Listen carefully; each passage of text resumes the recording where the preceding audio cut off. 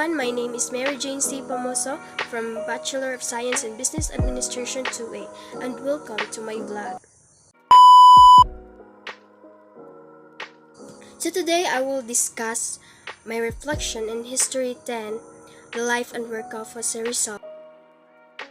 Let's start.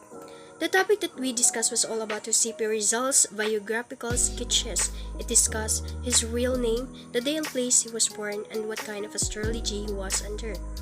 We also discussed his achievement, like how he was a genius and best known for the political writings that inspired the Philippine Revolution and ultimately lead to his execution by the Spanish colonizers. The new surnames of Rizal in 1849 after Governor General Narciso Clavera y Zalda decreed an adoption of Spanish surnames among the Filipinos for census purposes, though they had already Spanish names, are what his parents' new surnames were.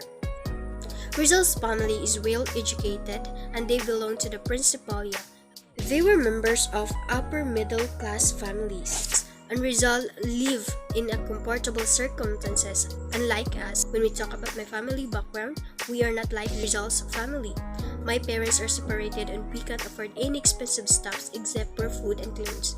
We're just poor and we belong to a lower class, but we are lucky because we can eat 3 times a day. We went through a difficult time, but there is nothing we can really do about it because that is truly our fate. Jose Rizal's siblings numbered 11. 9 daughters and 2 sons were the fruits of Don Francisco and Doña Chidora's marriage.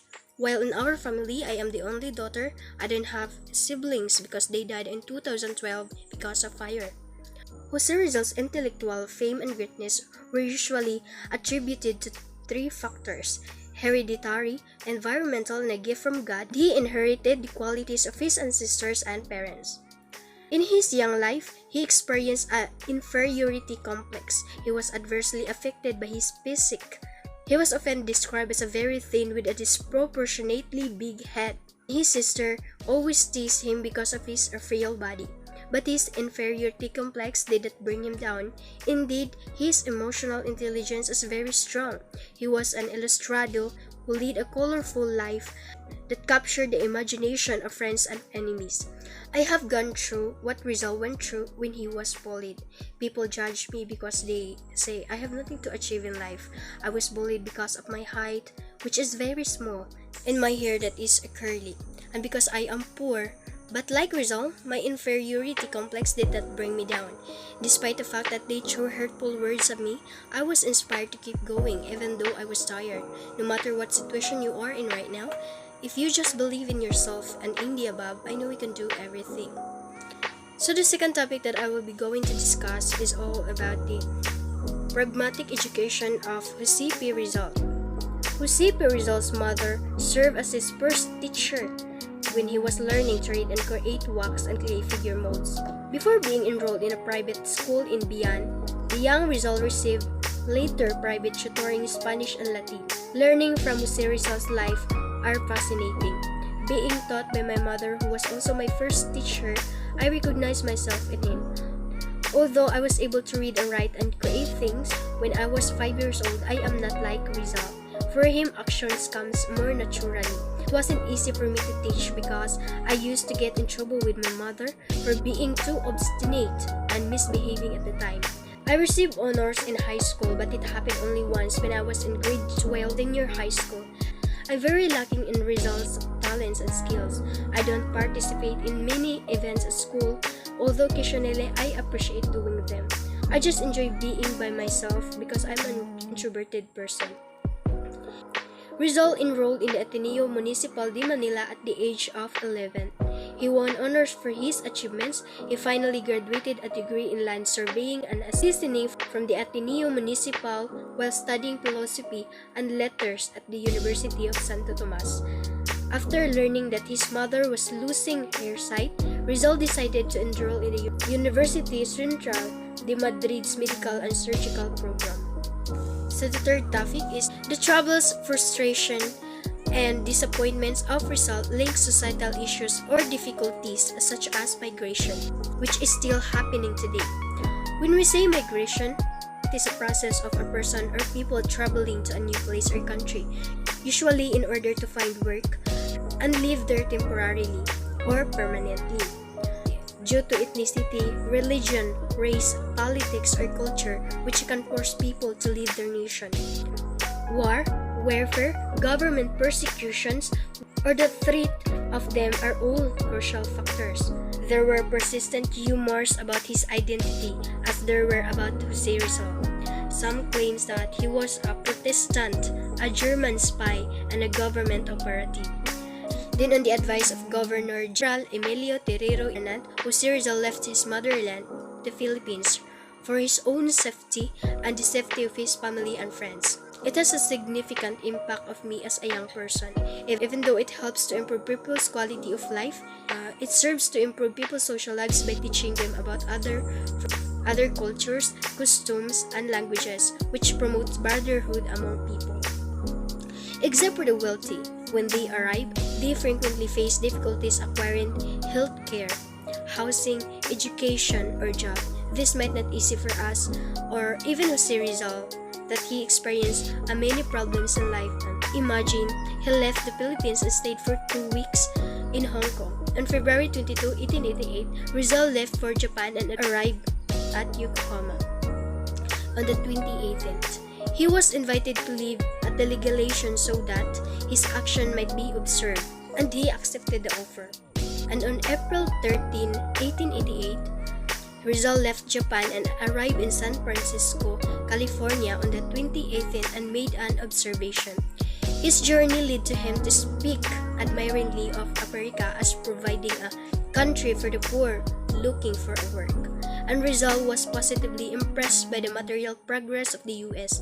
In May 1888, he stayed in London to improve his knowledge of the English language and annotated successors de las Islas Filipinas. And on March 18, 1890, he left London for Paris, and on January 28, 1890, Paris for Brussels, Belgium, and stayed in the house of the three ladies on the Rue Philippines de Champagne. Imagine, during his trip in different countries, I can tell he's fed up with this situation. Even if you are in his position, we will understand how difficult it is, even if it is in our lives or what we have been through recently. We will feel tired, but that is not a cause to give up on life.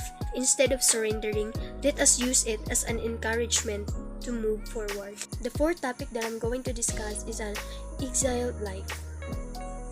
The social consequences that first sprang to my mind was the connection between Rizal's execution on December 30, 1896 in Bagong Bayan, now known as Luneta, in Manila, and the remainder of our history. But Filipinos took far more meaning from his passing. The Spanish Empire, which ruled Las Islas Filipinas, now the Philippines, from 1565 to 1898, was overthrown as a result, sparking a revolution in the nation. By promoting cooperation and unity among people so that the country could advance, he made a contribution to the process of nation building. He passed away disowning the uprising, but his passing rang the death knell for Spain's colonial administrations in the Philippines. In order to have complete control over power and wealth, the tyrannical priests intervened and brought down all the feudalistic system they had helped establish. He endured a difficult ordeal. I feel terrible for what Rizal went experience after learning this lesson. It's challenging, especially when you defend a right or defend your nation.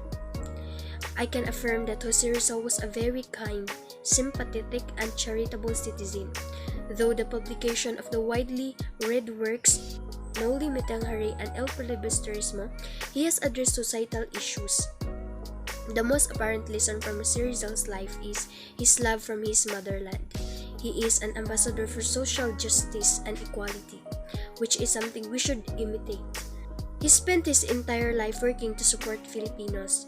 He had grown up witnessing the injustice that the Spanish colonizers had done to the Filipino people.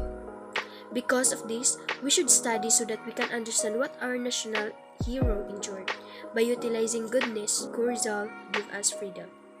Because of his silent but effective struggle for freedom, Jose Rizal rose to the status of national hero.